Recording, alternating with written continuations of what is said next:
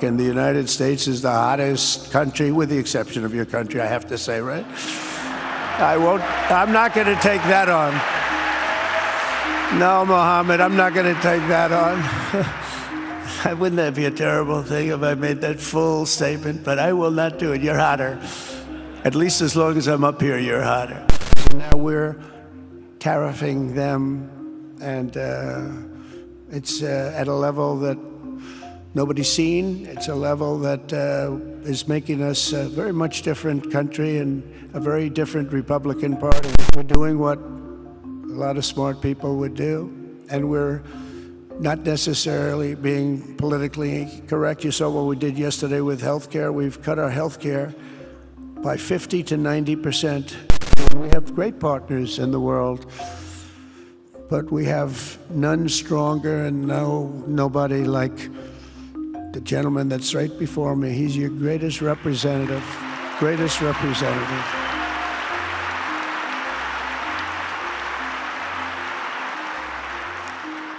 And if I didn't like him, I'd get out of here so fast. You know that, don't you? He knows me well. I do. I like him a lot.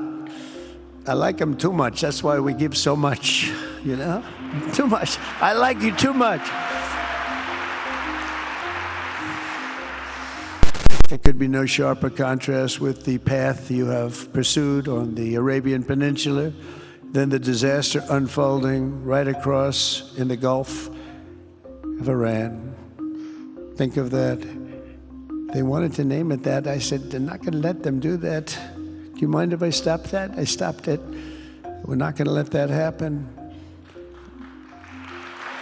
Friends of mine, people that I have a lot of respect for in the Middle East, I will be ordering the cessation of sanctions against Syria in order to give them a chance at greatness.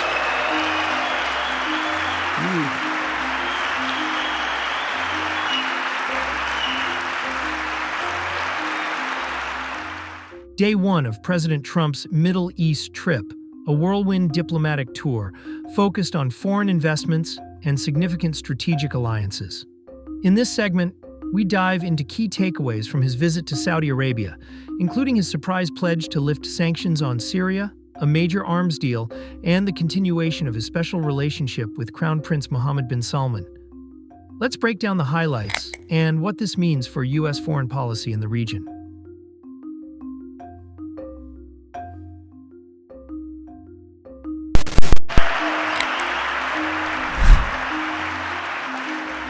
Well, thank you very much. It's an honor to be here. What a great place. What a great place, but more importantly, what great people. I want to thank His Royal Highness, the Crown Prince, for that incredible introduction. He's an incredible man. Known him a long time now. There's nobody like him. Thank you very much. Appreciate it very much, my friend. Trump's first stop on his Middle East trip was Saudi Arabia, where he announced a massive $142 billion arms deal. It's part of a broader strategy to deepen U.S. Saudi relations through military cooperation and economic alignment. The deal includes advanced defense systems, munitions, and technology transfers, strengthening Saudi Arabia's military while fueling American defense manufacturers back home. But Trump wasn't just here to talk trade.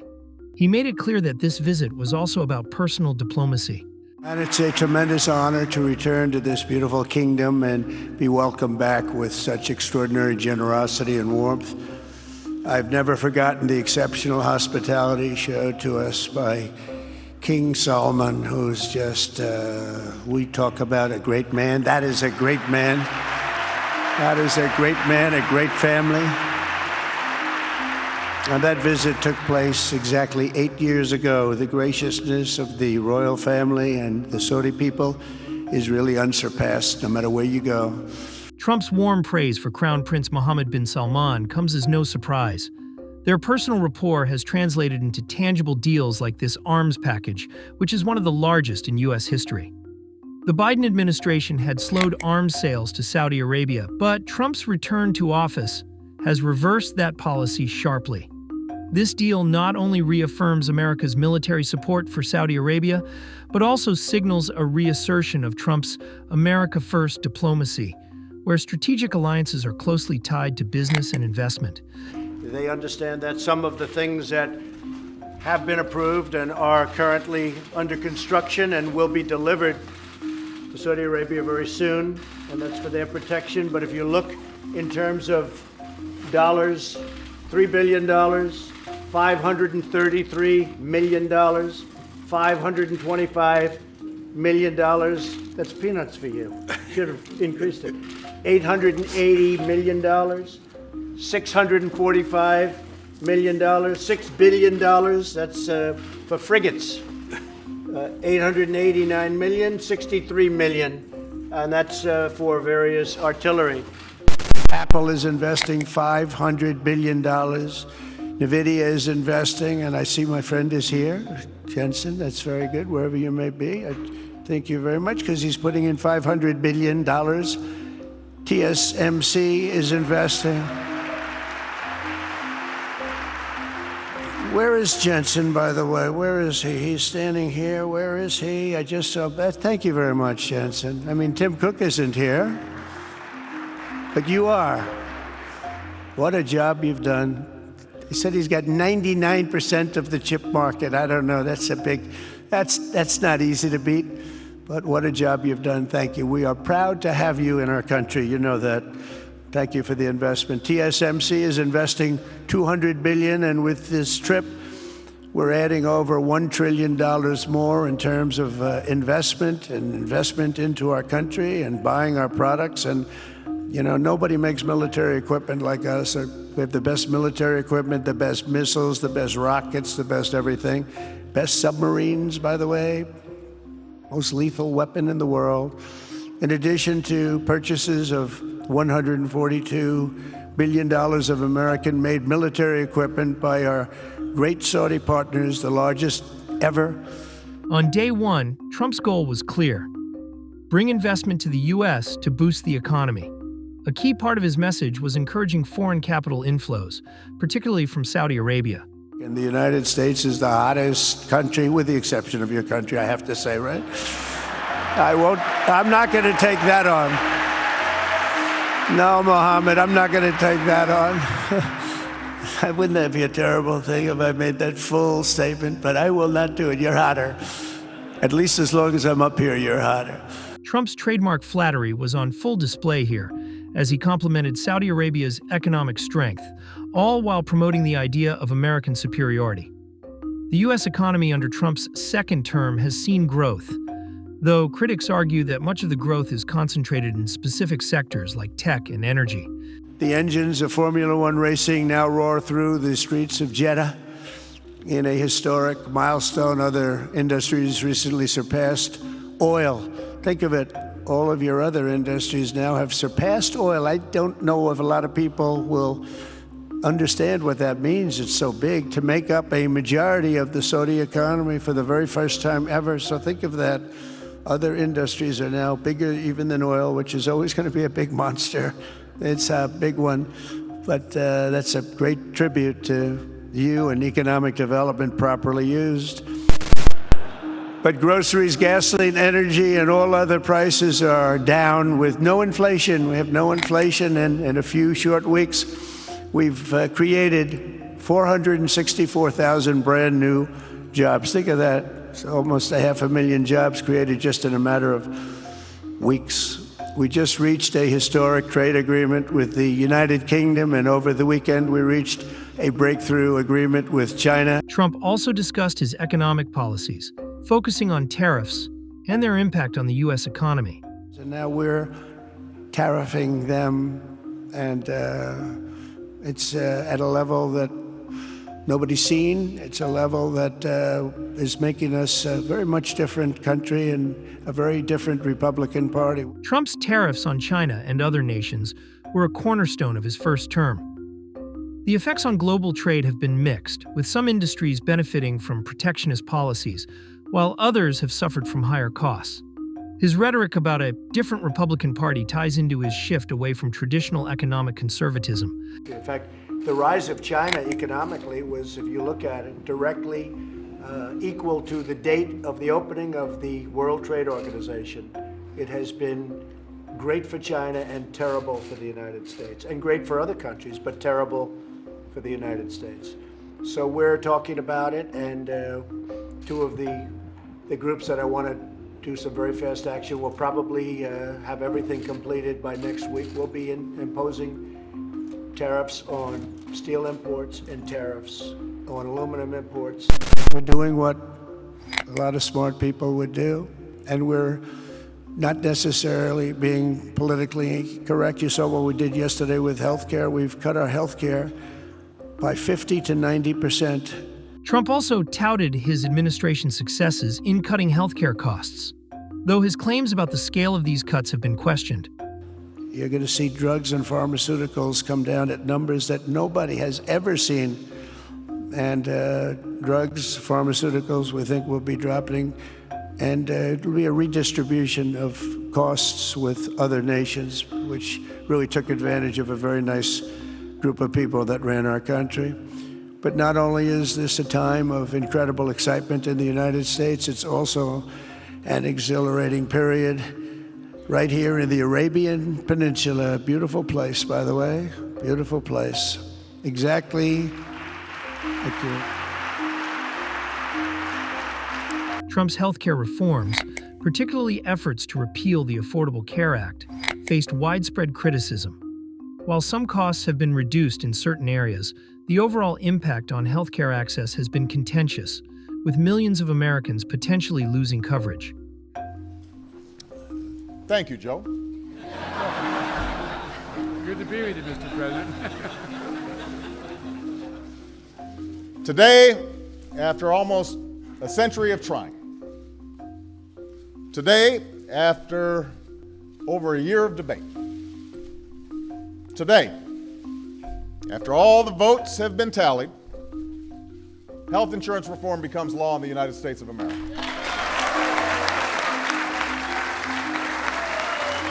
Today. And Crown Prince Mohammed has been truly extraordinary. Such a thing has, I don't think, ever happened before. I've never seen anything at that scale happen before.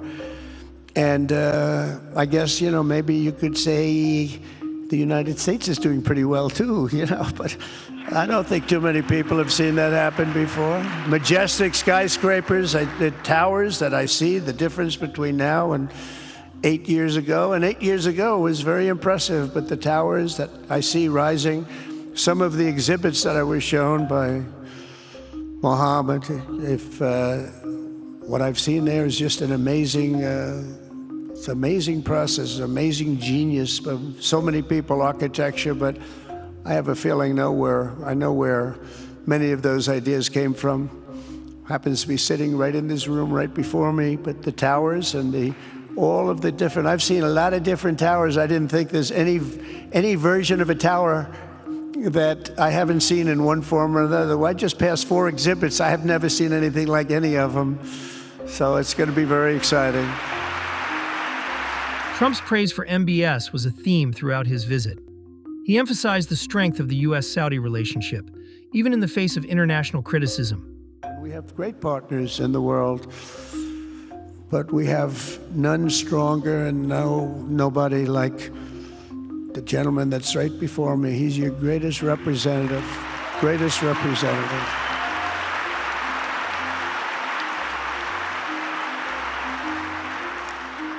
And if I didn't like him, I'd get out of here so fast. You know that, don't you? He knows me well. I do. I like him a lot. I like him too much. That's why we give so much, Too much. I like you too much. Trump's affection for MBS remains unwavering, despite the global backlash over Saudi Arabia's human rights record and the Khashoggi murder. This relationship has drawn heavy scrutiny from human rights groups, but remains central to Trump's Middle East strategy, prioritizing business and security interests. Our task is to unify against the few agents of chaos and terror that are left and that are holding hostage the dreams of millions and millions of great people. The biggest and most destructive of these forces is the regime in Iran which has caused unthinkable suffering in Syria, Lebanon, Gaza, Iraq, Yemen, and beyond. Trump didn't shy away from addressing regional tensions, particularly those involving Iran and its influence across the Gulf. There could be no sharper contrast with the path you have pursued on the Arabian Peninsula than the disaster unfolding right across in the Gulf of Iran. Think of that. They wanted to name it that. I said, they're not going to let them do that. Do you mind if I stop that? I stopped it. We're not going to let that happen. Trump's stance on Iran has been marked by hostility, particularly after pulling the U.S. out of the Iran nuclear deal. His rhetoric highlights the U.S. commitment to countering Iran's influence in the region, which has been a driving force in his Middle East policy. Before our eyes, a new generation of leaders is transcending the ancient conflicts of tired divisions of the past and forging a future where the Middle East is defined by commerce, not chaos, where it exports technology, not terrorism, and where people of different nations, religions, and creeds are building cities together, not bombing each other out of existence. We don't want that. But Trump didn't stop there. In a surprise move, he also pledged to lift all U.S. sanctions on Syria, calling it a step toward giving the war-torn country a chance at greatness. That's why my administration has already taken the first steps toward restoring normal relations between the United States and Syria for the first time in more than a decade. A major reversal of more than a decade of U.S. foreign policy. American sanctions against Syria began in 2011 under the Obama administration in response to Bashar al-Assad's violent crackdown on protesters. Over time, those sanctions expanded to target Syria's energy, banking, and construction sectors, crippling the economy in an effort to isolate the Assad regime. These actions strike at the heart of the regime by banning American imports of Syrian petroleum and petroleum products and prohibiting Americans from dealing in these products.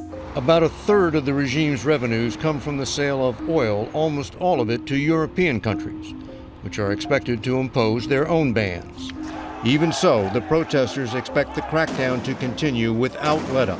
But Assad was ousted in December, and Syria now has a transitional government under President Ahmed al-Sharaa. Trump's decision to lift sanctions, reportedly at the request of MBS, is aimed at opening Syria to Gulf-led reconstruction and foreign investment. And I'm very pleased to announce that Secretary Marco Rubio will be meeting with the new Syrian foreign minister in Turkey later this week, and very importantly, after discussing the situation in Syria with the Crown Prince, your Crown Prince,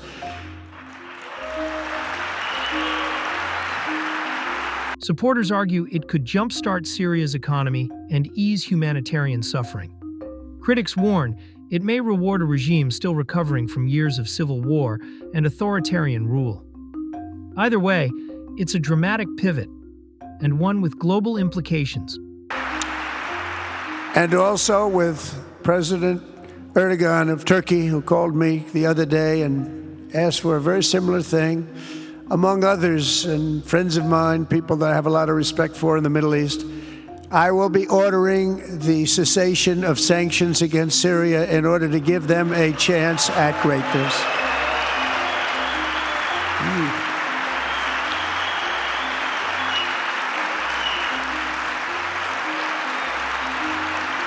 Just days ago, my administration successfully brokered a historic ceasefire to stop the escalating violence between India and Pakistan.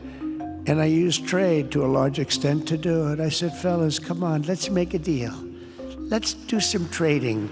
Let's not trade nuclear missiles. Let's trade the things that you make so beautifully. Trump also touched on the tensions between India and Pakistan, proposing an offbeat diplomatic solution.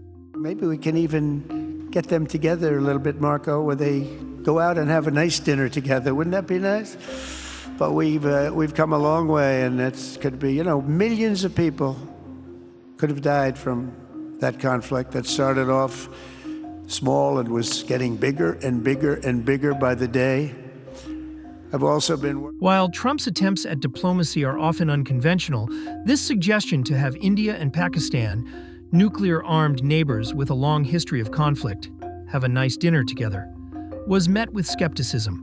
Diplomacy in South Asia is far more complex than casual dinner diplomacy. In recent weeks, following repeated attacks on American ships and freedom of navigation in the Red Sea, the United States military launched more than 1,100 strikes on the Houthis in Yemen. As a result, the Houthis agreed to stop. They said, we don't want this anymore. It's the first time you've heard that from them, too. They're tough, they're fighters. But just days ago, we were asked to cease targeting commercial. They were not going to be targeting commercial ships in any way, shape, or form, or anything American. And they were very happy that we stopped. Lastly, Trump weighed in on the ongoing Houthi conflict in Yemen and the broader security situation in the region. But we had 52 days of thunder and lightning like they've never seen before. This was a swift, ferocious, decisive, and extremely successful use of military force. Not that we wanted to do it, but they were shooting down ships. They were shooting at you. They were shooting at Saudi Arabia. We don't want them shooting at Saudi Arabia, if that's okay. The Houthis, backed by Iran, have been a significant threat to Saudi Arabia's security, with missile and drone attacks targeting key Saudi infrastructure. Trump's rhetoric here plays into the narrative of U.S. support for Saudi security, framing the conflict as a broader regional power struggle. So we hit them hard, we got what we came for, and then we got out. Since January 20th, the U.S. military has terminated 83 terrorist leaders operating across Iraq, Syria, and Somalia, including ISIS's #2 global leader. You read about that just recently. With the help of Pakistan, we apprehended the ISIS terrorists responsible for the attack on 13 American service members at Abbey Gate, that horrible, horrible disaster. During this Afghanistan withdrawal, you know, that's another thing that we don't even think about so much anymore. 13 died, but 42 were horribly wounded. But hundreds of people died overall, because I count the people on the other side. Hundreds of people just grossly incompetent. It's probably why Putin decided to go into Ukraine, something he never would have done if I were president. But we wouldn't have had the problems of October 7th if I were president. We wouldn't have had Ukraine, Russia if I were president. We wouldn't have had Abbey Gate, because there wouldn't have been any reason we were getting out, but we were getting out with dignity and with strength and power. Trump's day one in the Middle East set the stage for what promises to be a diplomatic and economic-focused tour. From lifting sanctions on Syria to reinforcing ties with Saudi Arabia and pushing for greater investment in the U.S., Trump's approach is centered on deal-making and regional stability, though critics will argue whether his methods are truly effective or sustainable. Thank you.